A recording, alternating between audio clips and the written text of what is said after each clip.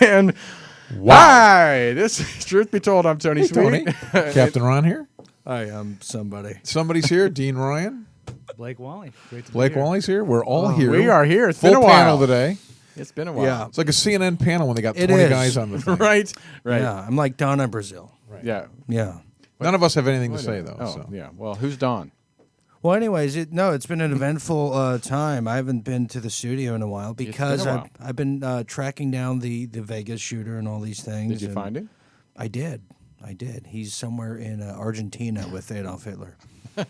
No, it's been great, and just been in Vegas, and it's good to be back here with everybody. God, I know. I haven't been here. How long has it been? Like 2 6 years. months? Yeah, right. Yeah, Feels like it. We were in kindergarten. We are actually going to have Dr. Fetzer on today to talk about JFK at some point. Yeah, we and, do. And all the new Files, papers yeah. that came out. We yeah. do. We have a lot. There's a lot of stuff going on in the news, and I'm sure Tony has something to say to everybody today. Oh, I have my smart-ass remarks ready to go.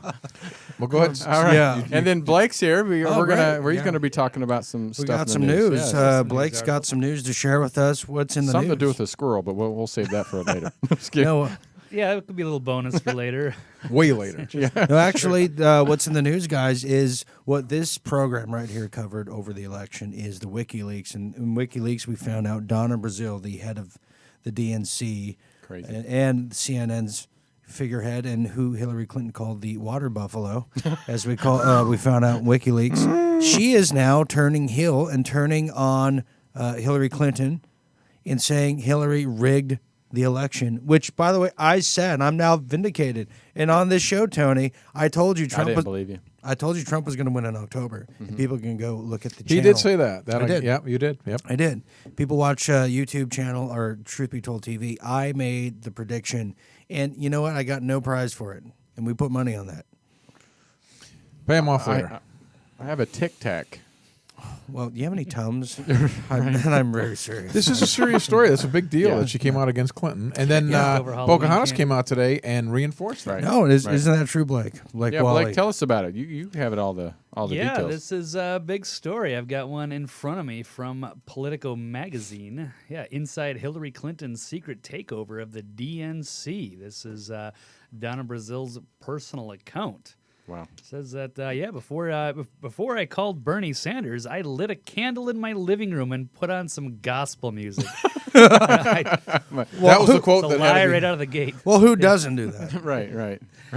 Exactly. So she says she wanted to center. I wanted to center myself for what I knew would be an emotional phone call. I had promised Bernie when I took the helm of the Democratic National Committee after the convention that I would get to the bottom of whether Hillary Clinton's team had rigged the nomination process. Wow, what a crime fighter. Yes.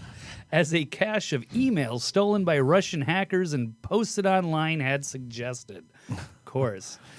I had had my suspicions from the moment I walked in the door of the DNC a month or so earlier and based on the leaked emails. But who knew if some of them might have been forged? Well, she sounds very concerned, Tony, and she's going to get to the bottom of it. I believe it. She is one of those people. Just But what's my thing is what's What's the point in coming out with that I mean, now? I don't know what's point is it to is- sell books? Is it to well, I'm glad- expose? Save herself. Yeah, I guess they're all kind of She has to turning save on each herself. other. And she's the nice lady who listens to gospel She's gonna be- music and was trying to do the right thing. She's and gonna be indicted. Everyone around her was corrupt and was the problem. But yeah. Are you serious? You think she will? well, this is where you're like her PR. That's what you specialist do. here, He's this guy like a here. I mean, PR he's supposed to person. read the news. He's like defending her. Anyways, no. But Ron, here's the deal: is they're getting ready to indict across the board because Sessions is getting. They're putting the hot pins up his you know where real fast. He's 'cause- definitely getting squeezed. Well, yeah. he kind of sucks, number one. But this is their opportunity now because Bernie Sanders, love or hate him, he should have been the nominee, right? Right, Tony? We talked about this before their last election, and they rigged him. They rigged him. That water buffalo, Donna Brazile, rigged him so bad that she has egg all over her face, and she's trying not to go to jail with Anthony Weiner, and, you know, who can blame her? But just if she was part of it, how's that going to keep her from going to jail? I don't like you asking questions like that. Number one, I'm really sick of that. And she got busted for giving the during the debates, giving her the questions beforehand. right? Yeah, she's so that's right. why I'm like, she's big as part of the problem as. Well, she is. So she was She's given probably the- trying to do So this she's as telling defense on before herself. it comes out, right? She's probably putting Yeah. her Well, side of and the she's story. working on that book deal, like Yeah. Tony said, and she's, I'm sure they said, look, you start singing like a bird, or you're going to be doing Is 30 this like years. Papadopoulos or whatever his name is. I don't know. Like who that he's- is. I don't recall that meeting. I don't recall. Yeah.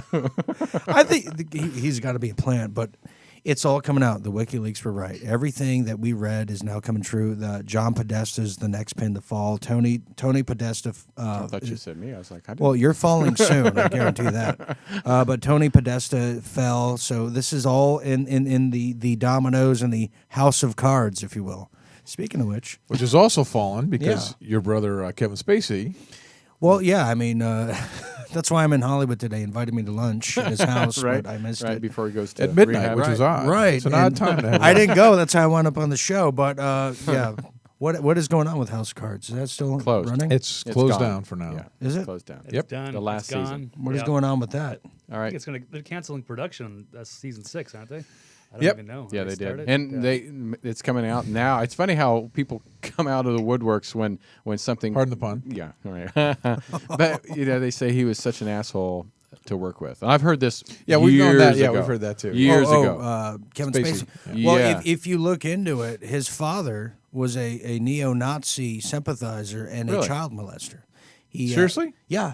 Kevin Spacey's brother came out in the Daily Mail and said his father, their father, repeatedly sexually abused them growing up so bad. It was so bad. He even the father had a Hitler mustache. I don't know if you could pull that up, but it's right there. And No, it says Blake, a Nazi child rapist. yeah, I Wow. think Blake pointed that out earlier.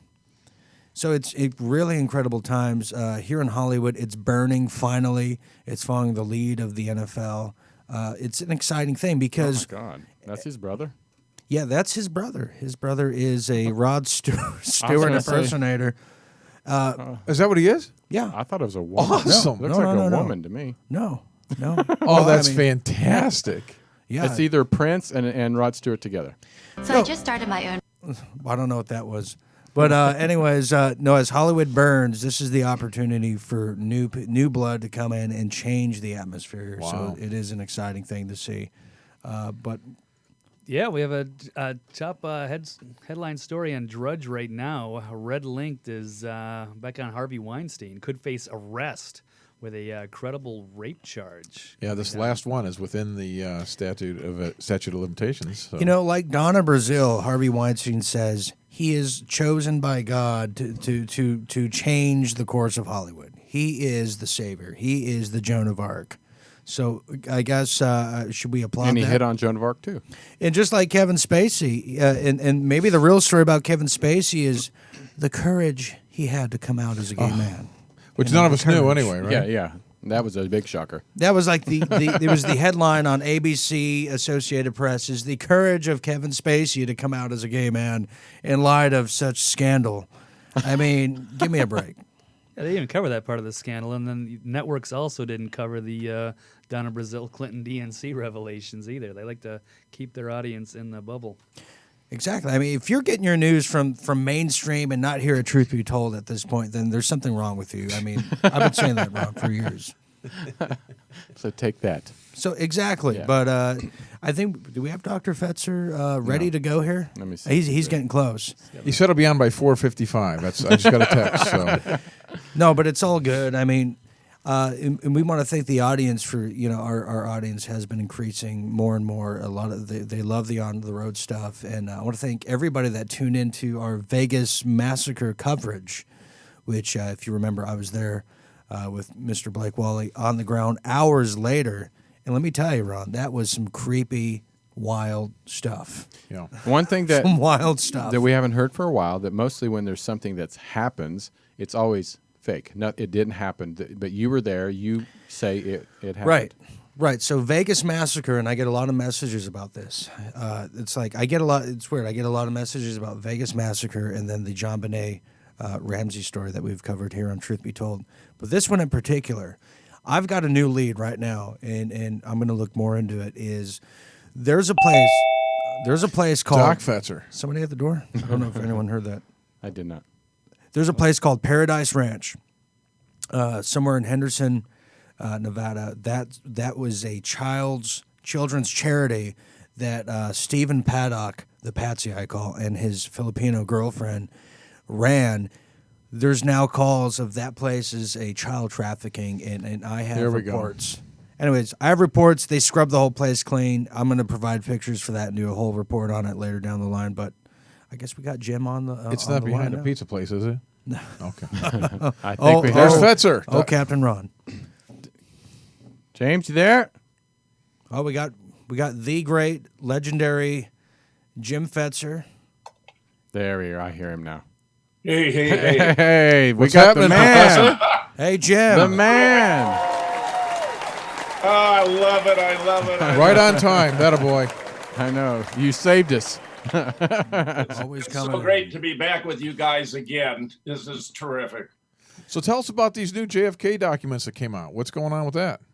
Well, there's some fairly interesting ones. Did you receive the set of slides? I Yep, sent? we We got 'em. sure did. We sure did. Okay, well, we can go through and I'll set up for the revelations because some of them are rather stunning, in fact. So I think it's good. If you have the first slide up, I got Tony. it. There you number go. one. Breaking news. Yeah, excellent. So, of course, we knew that Trump was planning to release 2,800 files. Actually, there were 3,100 originally. But if you go to the second slide, you'll see that there was a request made by the agency that he should hold them back because if you look at that bottom paragraph, potentially irreversible harm to national security. Now, if you stop and think about it, the official story has this lone demented gunman firing 3 lucky shots from the 6th floor of the book depository building, scoring, hitting Jack in the back, hitting Connolly in the back, then hitting Jack in the back of the head, killing him. That was what the FBI and the Secret Service concluded the first day. They would have to revise that subsequently because it turned out a shot had missed and injured a distant bystander, which led to the invention of the magic bullet. But any way you cut it on any of those versions, if the account they're telling us is true, there is no national security aspect to the case, which means, something very funny is going on. It's because it's going to reveal the complicity of the American government that they're trying to bottle this up. And the CIA has the most to lose here. Right. If you go to the next slide, this is actually from a page where you can access the files, but most of us believe they would look like on the right, massively redacted, because that's we've seen that before. The fact is, we have some reports that are actually rather fascinating that are not massively redacted. If you go to the next, you'll find a rather fascinating development. I was very pleased to be invited to participate on Russian state television. This is not RT. This is not their user-friendly Western face. This is me on Russian state television. You notice it's all in Russian with Paul Craig Roberts, whom I regard as our nation's leading public intellectual. And they wanted our take on the declassification of the documents. They actually interviewed me for 30 minutes, and it was really on the order of an interrogation, a grilling. They wanted to make sure I knew what I was talking about before they used a clip from our exchange. If you look at the very next image, you'll see this shows how serious they are because they were looking at the backyard photographs. Now, Lee Oswald was shown one. There are 4 of these in total, and told Will Fritz, the homicide detective, that was his face pasted on someone else's body, that he knew something about photography, and with time he'd be able to prove it. Well, Jim Mars and I co-authored an article entitled Framing the Patsy, the Case of Lee Harvey Oswald, in which we did precisely that. We pointed out the chin is a block chin. It's not Oswald's rather more narrow tapered chin. There's an insert line between the chin and the lower lip. The fingertips of the right hand holding the newspapers are cut off. The newspapers are the militant and the worker, which had antithetical attitudes toward communism, so that an expert on communism explained to me that if groups supporting the other views came into contact, they'd have fist fights and even try to kill each other. So it's odd that Oswald would have those too. And of course, he's holding the Mannlicher Carcano with which he's alleged to have shot JFK. He's got a pistol belt and a revolver with which he's alleged to have shot Officer J.D. Tippit. But there turns out to be a hidden problem there, because the first officer on the scene found 4 shell casings, which he initialed, that were of 2 different manufacturers, 2 of Western, 2 of Remington Rand, but they were ejected from automatics. So he initialed them because Oswald did not have an automatic. They subsequently replaced them with shell casings from a revolver. Only now there were 3 of one and 1 of the other. In other words, this happens in a case like this where they're fabricating a patsy. Right. Jack White, who was a legendary photo and film analyst, knew those newspapers had known dimensions, so he laid them off from the bottom of his feet to the top of his head and discovered, using that yardstick, that the person was too short to be Lee Oswald, who was about 5'10". Using that yardstick, he was only about 5'6", which meant either they'd use someone too short or they put in the newspapers too large, which is what, in fact, they did. We've discovered who actually stood in for him. It was a Dallas police officer by the name of Roscoe White, who was tied into the CIA. Among the other ways we have of identifying him, he had a funny lump on his arm, which Lee Oswald did not have, but Roscoe White does have. Jim, I want to ask you a quick question. Do you think that's part of the redacted files? Is, all the talks about the fake body double lookalike of Lee Harvey Oswald? Do you think that's what's in the redacted files that they're not talking about? Well, we'll see. I'm going to point out a couple treasure troves if they're actually there, but we haven't got through all the files. I'm just going to give you some gems, some nuggets that we have been able to identify so far, which are pretty damn interesting, as you're going to discover. But in any case, Lee was exactly right. In fact, we've yet to find a statement he made while he was in the custody of the Dallas police that didn't turn out to be true, including, of course, that he was merely a patsy. If you go to the next image, this was me on Russian television talking about the case. And, it was just a real gratifying experience to be on because, of course, Russia, the Soviet Union was blamed for complicity. I will explain how we know that Russia cannot have done it, and therefore I think they welcomed what I wanted to add to the case, but we'll get there. Meanwhile, you'll see in the next slide that Julian Assange, who's been doing this brilliant work of getting the truth out in spite of resistance by the government, downright opposition, is offering a $100,000 reward for the redacted parts of the JFK assassination files held back for security reasons. So that's pretty interesting in and of itself. If you go to slide number 9, Tony, you'll see that the Telegraph, this is a UK newspaper, talked about, the release of these files over the opposition of the spy agencies, that it was his latest clash.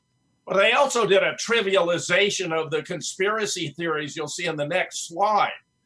They suggested that, these are the kinds of things people have in mind when they talk about the assassination being a conspiracy, that the driver, William Greer, for example, shot JFK. Well, that's been around for a long time. The problem is Greer was to the left front of JFK. If he turned around and shot JFK, his brains would have blown out to the right rear, but instead they were blown out to the left. So we know that's incorrect.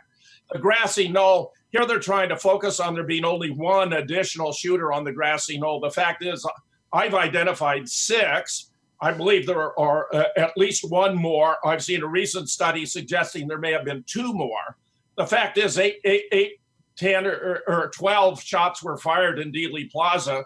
Scoring, if you go to the very next, here, I'll just mention 1 or 2 more of these. Stay there, Tony, a sec. Yeah, this friendly fire theory was that a Secret Service agent, when he was trying to return fire in Dealey Plaza, inadvertently shot Jack in the back of the head. But that weapon would have blown his face off. And we know from Jackie, whose testimony to the Warren Commission was blocked, not released on grounds of privacy, but actually because it blew apart the official account, said from the front, he looked just fine, but that she had a terrible time holding his skull and brains together at the back. And of course, that was because of a shot from in front. So if you had allowed Jackie's testimony to stand, then there was a prima facie case for shots from in front. And as I will explain, in fact, we have a lot of evidence that was even broadcast on radio and television that day of shots from in front. Many Americans forget that the day of the assassination, NBC, for example, stayed on the air for 5.5 hours. And early on, they reported from the Parkland press conference where Dr. Kemp Clark, who was the director of neurosurgery, and Malcolm Perry, MD, who'd performed a simple tracheostomy incision through a clean puncture wound to the throat, testified. And Malcolm Perry 3 times explained that he'd been hit in the throat by a shot fired from in front, which in fact passed through the windshield. And I'll return to that point subsequently.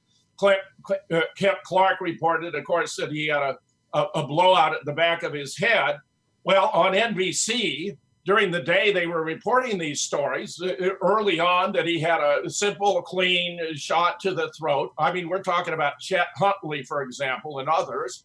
As the day goes on, they're following up on the report from acting press secretary Malcolm Kilduff, who, when he announced the death of JFK at 1 o'clock, put his finger up to his right temple and said it was a simple matter of a bullet right through the head.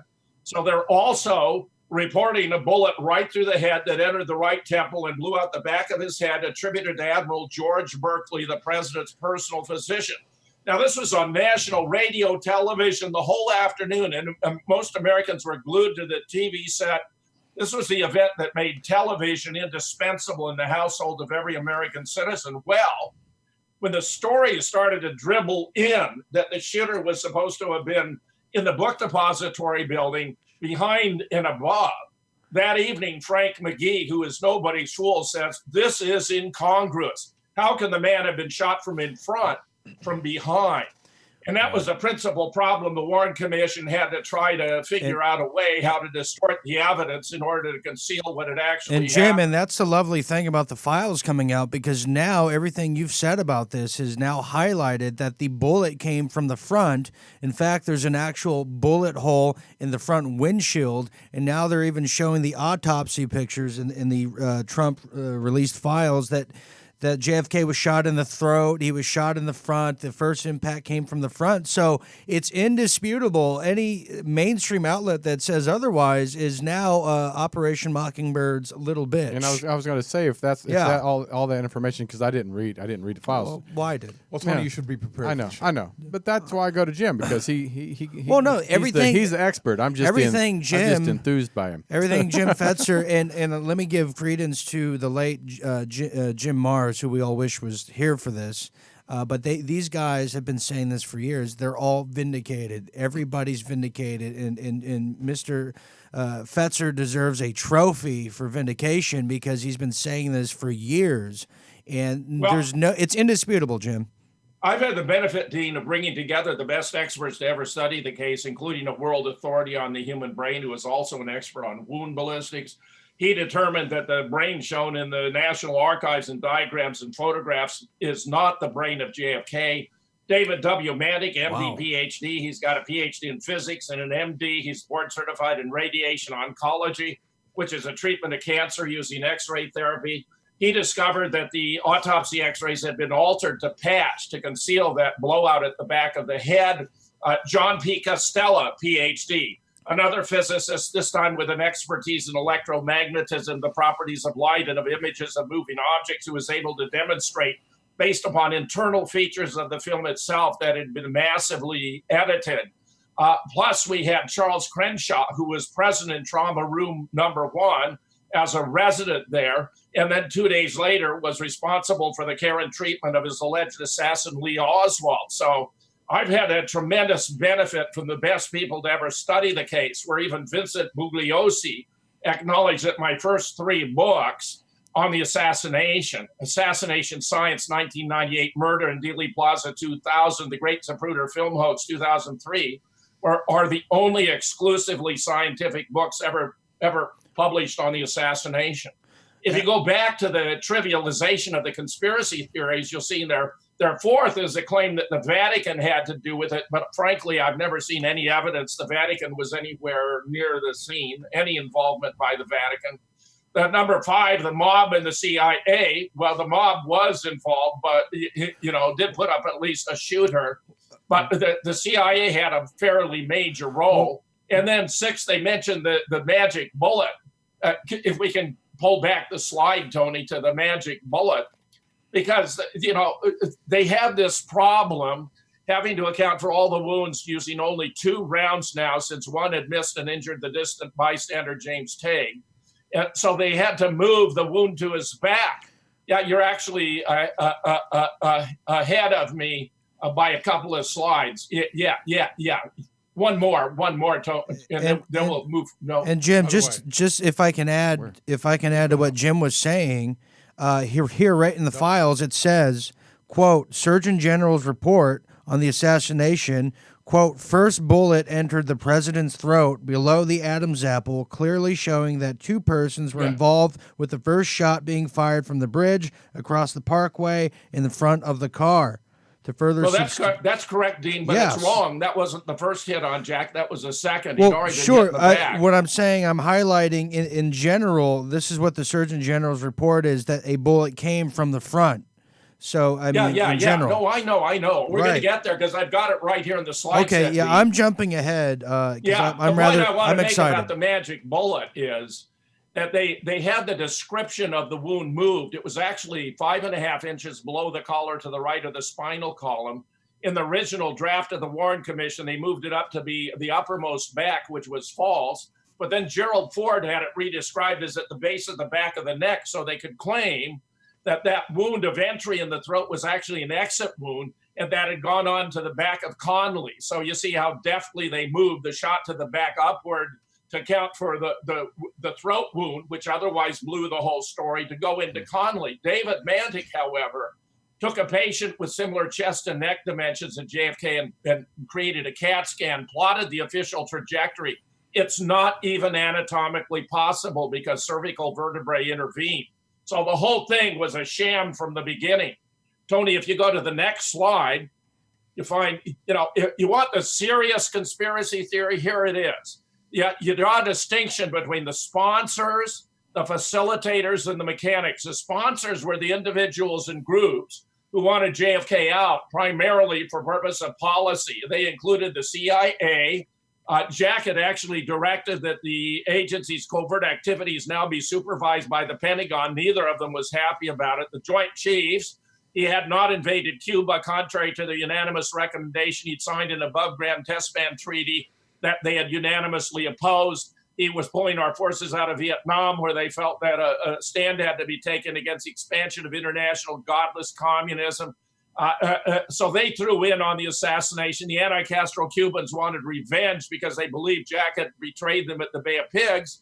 Bobby was cracking down on the mafia with more indictments and convictions than ever before in history.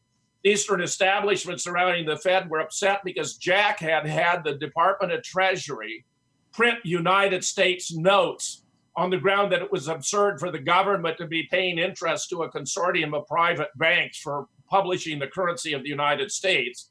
And in fact, after his death, Lyndon immediately had them all withdrawn and reverted to Federal Reserve notes, which remain in place today. So we're actually paying a consortium of private banks for printing our currency. Totally needless, totally unnecessary. This is why the Fed has been a monster strangling the economy. The Texas oilmen were upset because he was going to cut the oil depletion allowance. Israel was upset because he didn't want Ben-Gurion to move forward with the development of nuclear weapons. So this was a very serious matter. If you switch to the bottom, the mechanics, the shooters, supervisors, and coordinators, I've identified 6 of them. I can talk more about who they were and their positions in relation to the next couple of slides. But it's startling that a key coordinator of the assassination was George H.W. Bush, who was in the Dow Tex building supervising an anti-Castro Cuban by the name of Nestor Tony Escadro, who was using a Mannlicher Carcano. It was the only unsilenced weapon used there, firing 3 shots to set up the acoustical impression that only 3 shots had been fired. where Edward Lansdale had supervised assassinations all over the world, and we find his fingerprints here. He appears to have been the person who positioned the shooters and determined the sequence in which shots would be taken. The facilitators were Lyndon, who ruthlessly wanted to become president of the United States. He'd forced himself on the ticket in Los Angeles in 1960, aided and abetted by J. Edgar Hoover, who used the FBI to cover it up. So that's been the key part, is disentangling the sponsors Jim, from the mechanics, Jim, from the facilitator. We have to take a quick break, and before we end Jim it, needs to take a quick breath, so let's let him get a breath. and just to say what Jim said, if you again in the documents, J. Edgar Hoover says we have the cleanup crew to keep pushing the lone wolf Oswald theory. The cleanup crew being the mass media. So some things never change, Tony. That's right. You know. All right, we're going to take a quick break. We'll be right back with Truth Be Told right here on UBN Radio. Have you ever thought you'd like to buy and sell houses but didn't know how or where to begin? Do you fear your job is in jeopardy, or is your business income reduction keeping you awake at night? We're in the best time in 25 years to make a fortune in real estate without using your money or credit. My name is Ron LeGrand, and I've taught 500,000 people to do just that and personally bought hundreds of houses myself. If you'll call 800-970-6155, 24 hours, and leave your information, I'll send you the first 500 callers my hot new CD, Foreclosure Fortunes, and my best-selling book to help you get started absolutely free. I'll show you how to build a six-figure income part-time with no previous experience and no license, even if you're a busy professional. Call 800-970-6155, 24 hours, and get my new book and CD free. That's 800-970-6155. Take your life back and make this your best year ever. Call 800-970-6155 now. We are back on Truth Be Told. I'm Captain Ron with Tony Sweet, Dean Ryan, Blake Wally. Blake Wally. Thank you, Blake. I knew it was Blake. I couldn't remember your last name. So we're back. We're talking about the newly released documents about JFK, and we have the foremost authority on that subject, Dr. Professor James Fetzer, with us. And why don't you pick it up there? Have you caught your breath there, James? Thanks very much, Ron. If you can go to slide number 12, Noel Twyman published a brilliant book in 1997 entitled Bloody Treason, where he put his finger that the most successful, with the highest probability of success, involved the CIA military with the Secret Service, with the Mafia, with LBJ and Hoover. The Mafia and the CIA had been acting together against Castro, so it was easy to bring them all together. Lyndon would go to the White House to schmooze with the Secret Service to set things up. Very good. That's right. That's the cover of his book.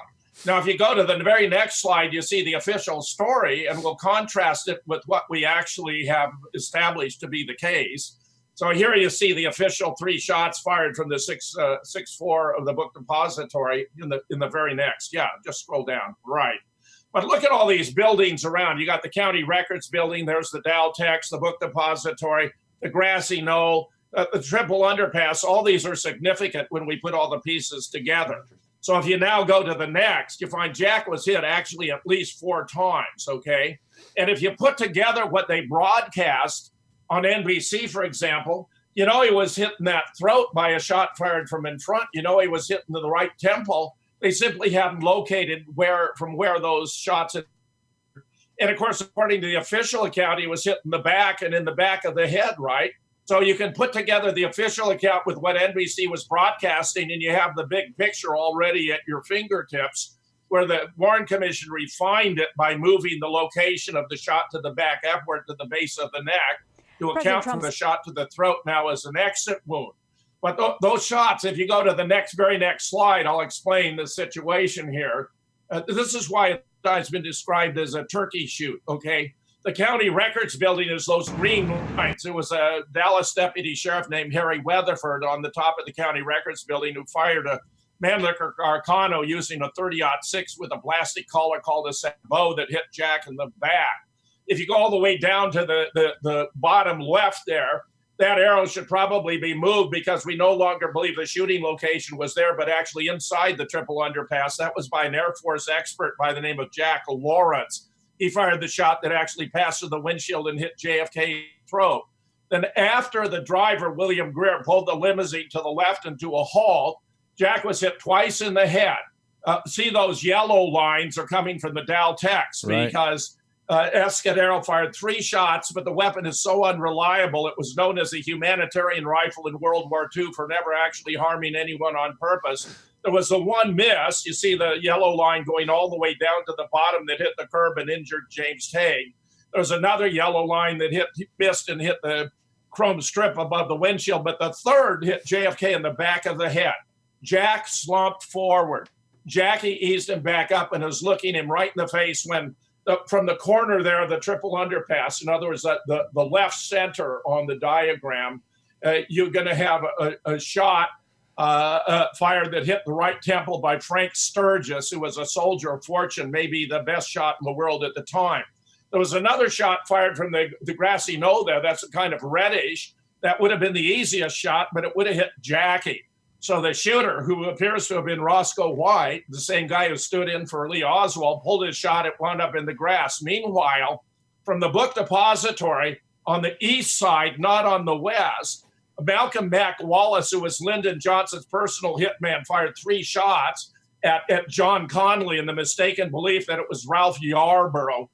Lyndon had a huge argument with JFK that morning, trying to get Connolly out and Yarborough in. He was a liberal Texas senator that Lyndon despised. But Jack overruled him on the ground that the chief executive of the state should ride with the chief executive of the United States. Now, in the Zapruder film, when they redid it, and you just showed it, they merged those 2 shots. And they took out the limo stop because it was so damning.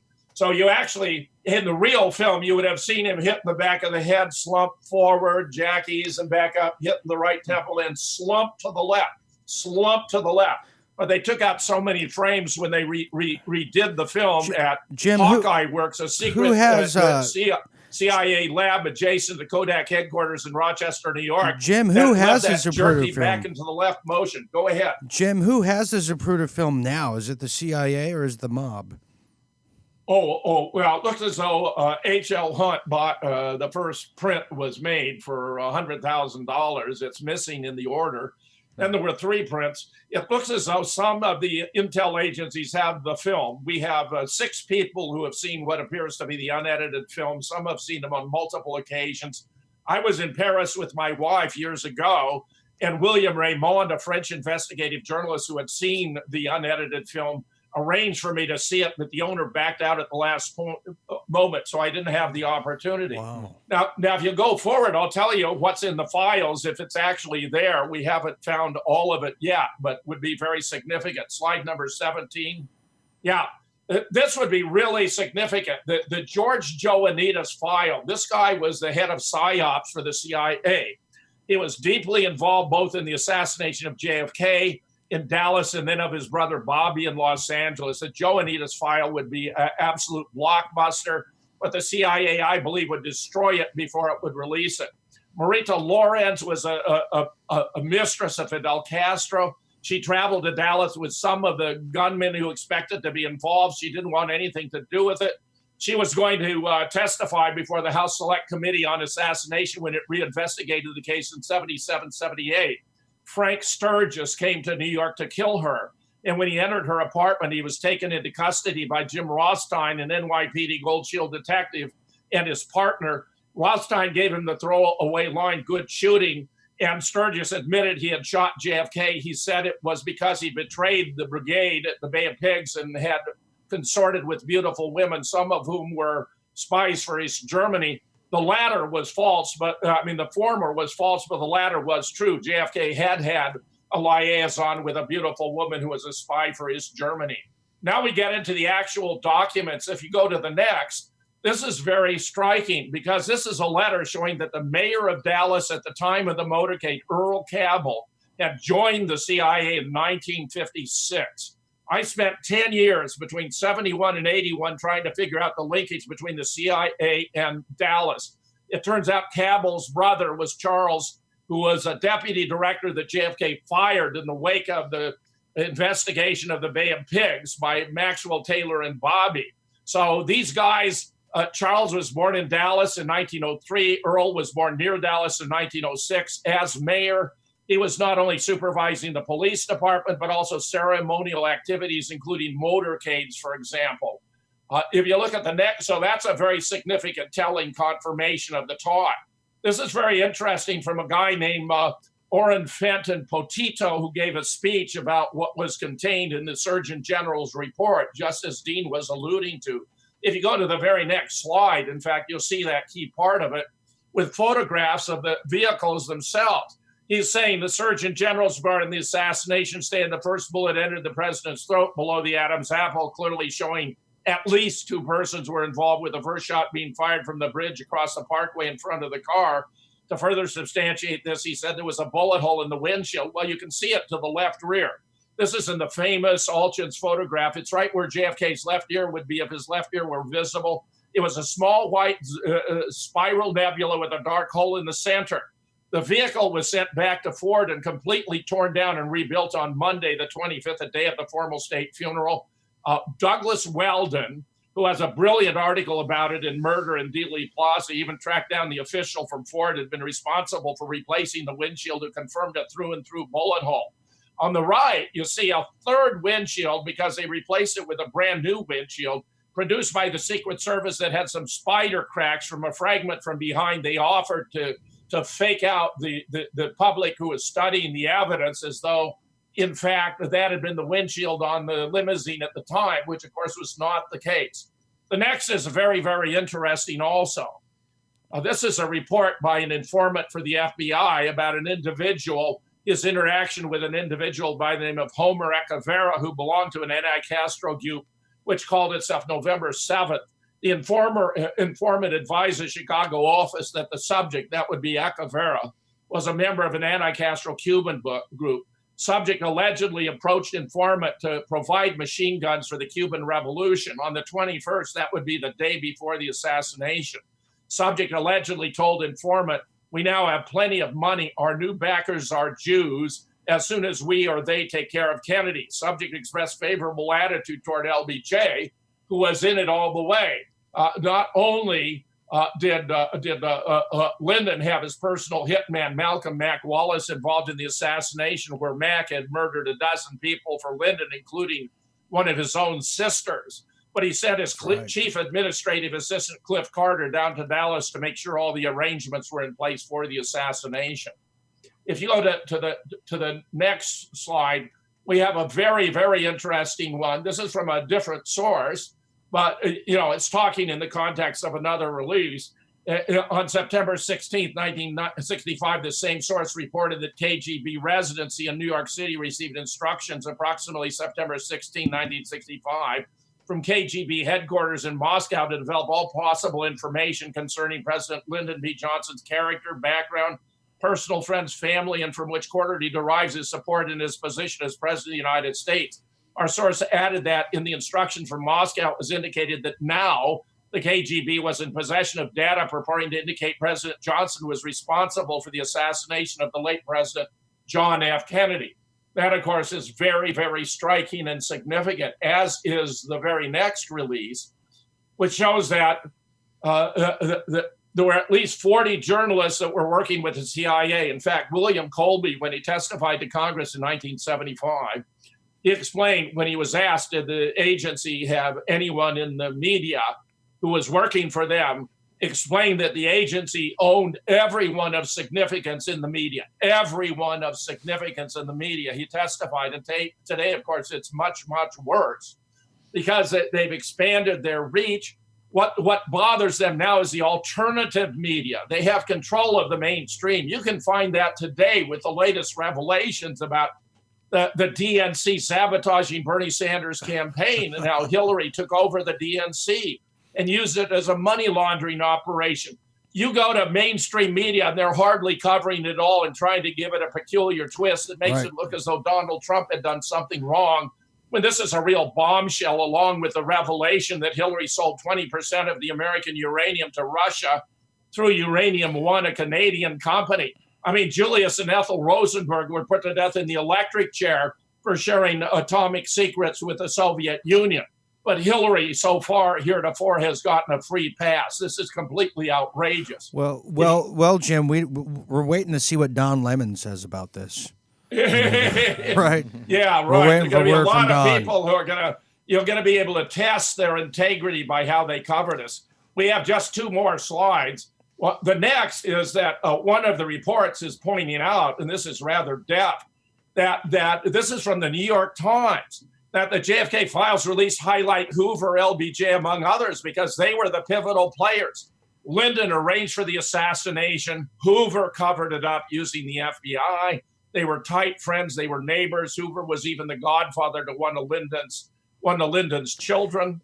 And so it's very significant. More is coming about Jim. about Actually, them because Jim, they played the pivotal role. I Yes. heard Hoover was the godmother, not the godfather. The mob actually was Yeah. able to control Hoover just as Hoover controlled Congress because he had sex dossiers on the members of Congress. The mob had a sex dossier on Hoover, including compromising photographs of him in, shall we say, a delegate position with regard to his close personal friend Clyde Tolson. If you go to the final, I have an updated, this is my fourth book on JFK now, where we explain how the proof we have about the alteration of the X-rays, I don't know if you can center it a tad better, Tony, but how the alteration of the X-rays, the substitution of the brain, the editing of the Zapruder film exonerates many of those accused of complicity. The KGB, for example, might have had the ability to alter a film, but they couldn't have got a copy of the Zapruder film. Anti-Castro Cubans or pro-Castro Cubans could not have substituted someone else's brain for that of JFK. The mafia could not have extended its reach into Bethesda Naval Hospital to alter X-rays under control of medical officers of the U.S. Navy or the members of the Secret Service, where we have more than 15 indications of Secret Service complicity for setting him up for the hit. So it turns out it's a very small, narrow class of suspects when you separate the inauthentic or fabricated evidence from the authentic. And this I regard as the latest publication of the current state of research on the death of our 35th president, solving the world's greatest murder mystery at last. Well, I have a question, because all these documents, who actually had access to these documents for the last 54 years? All the agencies had Every single control one of them. That would be the CIA, the Secret Service. See, here's what happened. In the wake of the tremendous resurgence of interest in the case generated by Oliver Stone's film JFK, Right. Congress passed the JFK Records Act in 1992.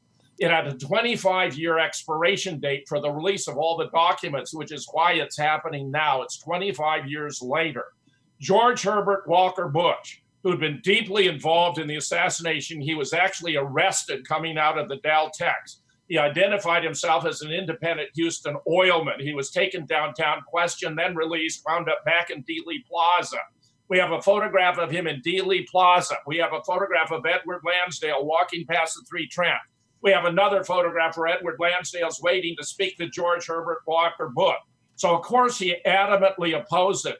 When it passed over his opposition, he refused to appoint the members to the 5-person board, which had to await the incoming Clinton administration, an 18-month delay that allowed them to clean up their records. Now, before this latest release, we'd had some 30,000 records released, millions of pages, very significant, including, for example, how Gerald Ford, as a junior member of the commission, had re-described the wound to the back from his uppermost back, which I've explained is already an exaggeration to the base of the back of the neck to support the magic bullet theory. But it's been the agencies who've had control, and who knows how many documents and records they've destroyed in the meanwhile. The Office of Naval Intelligence, by the way, turned out to be a black hole. It turns out Lee was recruited by the Office of Naval Intelligence when he was a recruit at the Marine Corps Recruit Depot in San Diego, where I would subsequently serve with 15 DIs and 300 recruits under my command going through the training cycle. He didn't even qualify, violating a standing rule for all Marines from the lowest ranking private to the Commandant of the Marine Corps that they must qualify every year. In 1958, he didn't go to the rifle range, which tells me he was on a special assignment, I believe, at Monterey studying Russian. He would subsequently be stationed at Atsugi, which was the most secure base in the American military, the source of the U-2 overflights that were spying on the Soviet Union. He undertook a pseudo defection to the Soviet Union at the request of the CIA. And he didn't actually renounce his citizenship, but he got there because he'd been a radar operator. He could give them the altitude of the U-2 flights, which they knew they were taking place, but couldn't shoot him down because they didn't know the altitude. There was going to be a summit meeting between Khrushchev and Eisenhower that was going to reduce Cold War tensions. Khrushchev accused the United States of spying on the Soviet Union, which Eisenhower denied. Then Khrushchev produced Francis Gary Power, the pilot of the U-2, who had not taken his cyanide pill, and parts of the plane, which scuttled the summit meeting and, in fact, increased Cold War tensions greatly to the relief of the military-industrial complex. Wow. When Lee Oswald returned to the United States after marrying the niece of a KGB colonel, he was welcomed not as a traitor. He was never interrogated. He was given money to relocate, where his wife, Marina, wound up in Dallas with Michael and Ruth Payne, who were tied to the CIA, where Ruth would arrange for Lee to go to work at the book depository 2 weeks before the assassination, while Lee went to New Orleans, where they sheep-dipped him as a pro-communist Castro sympathizer, giving out pamphlets for the Fair Trade for Cuba Committee, so they could set him up, unbeknownst to him, to be the patsy in Dallas. Jim, I want to ask you real quick, what does this mean now for Donald Trump that he released this? Is he more in danger than ever? Does he now have more the will of the people? Is he part of the cover-up? No, it's quite obvious he's not part of the Trump cover-up. His releasing this, he was actually very aggravated that the agencies were seeking to keep him from releasing these documents, and he just bit the bullet and decided he was going to do it in spite of their opposition. It was the right decision. It gives him many laurels for this particular action. Just as, on the day of 9/11, he gave an interview to a local TV station explaining how the people who had built the Twin Towers now work for him. It was impossible for those aircraft to have entered the buildings, much less to have caused their collapse. He said something else must have been involved. Bombs, he speculated. Well, he was right about that then, and he's right about releasing these JFK files now. Incredible. Speaking of which, I've got a quick article here from the AP via Yahoo. 676 more JFK assassination records released. The National Archives releasing another 676 government documents related to the assassination of JFK, third public release. Wow. Last week, President Donald Trump ordered all remaining records released to the public.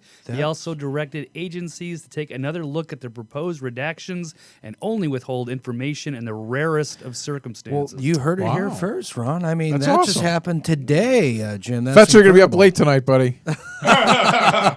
Well, it's to Donald Trump's credit. This is a good thing. The American people have been waiting long enough. I mean, the assassination took place in 1963. And the only reason they've been covered up because all these documented records implicate the government, as you have seen. The shot to the throat, that Earl Cabell was already CIA in 1956, tied to his brother Charles, whom JFK dismissed as a deputy director. I tell you, if the Marita Lawrence and the George Joanitas files come out, it's all over.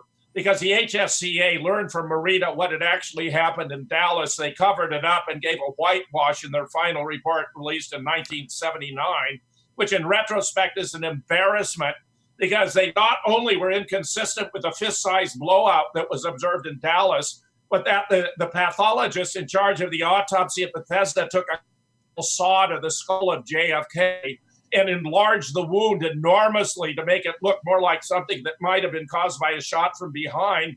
It's even described with mathematical precision in the official autopsy report from Bethesda. They ignored all of that and reduced it to a small entry wound right at the crown or top of the head. It's as though they wanted to redo the cover-up over again and do it better than the Warren Commission had done, which is to their eternal damnation. Incredible.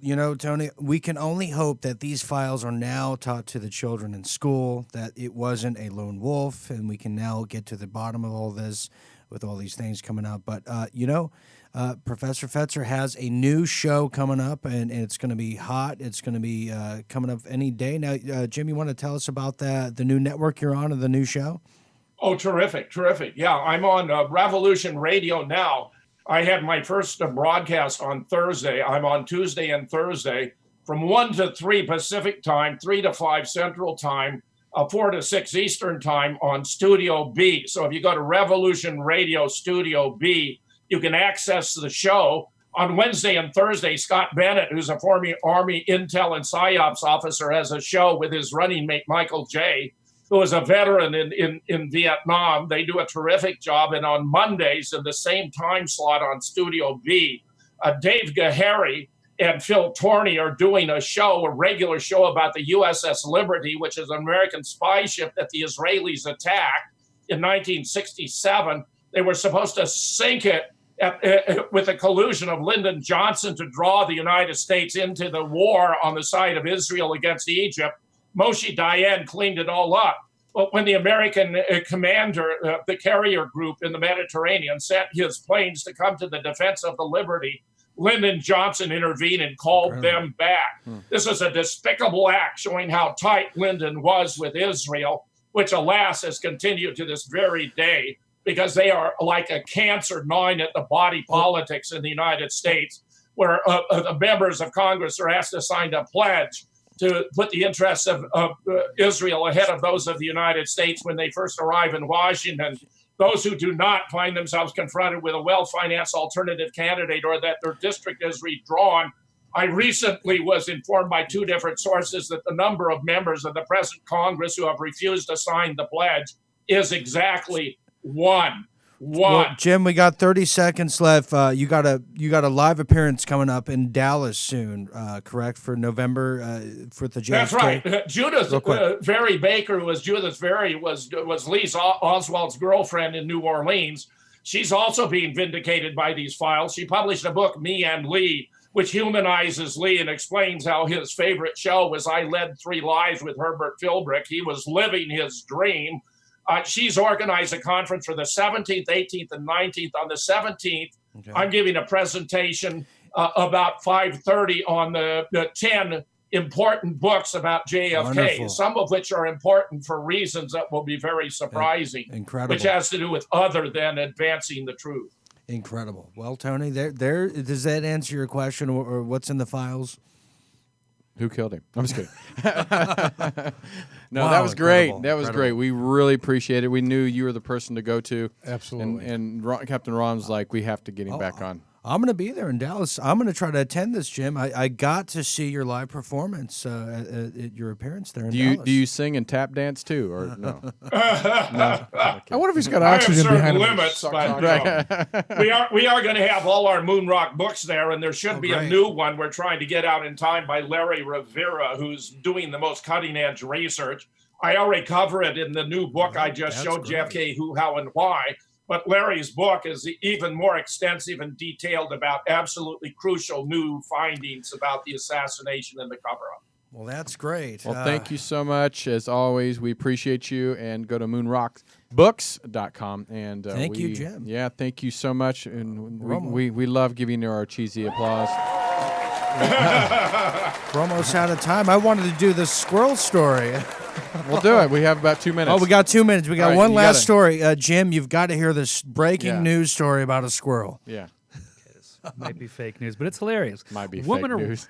Right. Woman arrested for training squirrels to attack her ex-boyfriend. 45-year-old Janice Smith was captured toward the beginning of today by officers of the Detroit Police Department for supposedly catching various squirrels and preparing them to assault her previous There you go. sweetheart. And that's how it ties in. They're training Russians, agents to kill our president, allegedly. Now they're training squirrels. So there you go. We leave on a happy news story like that, Jim. Well, on that No, bombshell. there is no yeah. fury like a woman scorned. There you go. I won't ask. All right, Dean, Blake, Captain Ron, Professor Fetzer, and myself, we appreciate you guys tuning in every time right here on Truth Be Told. Please subscribe to our YouTube channel and leave comments. We love the comments, so let us know what you think. Until next time, take care.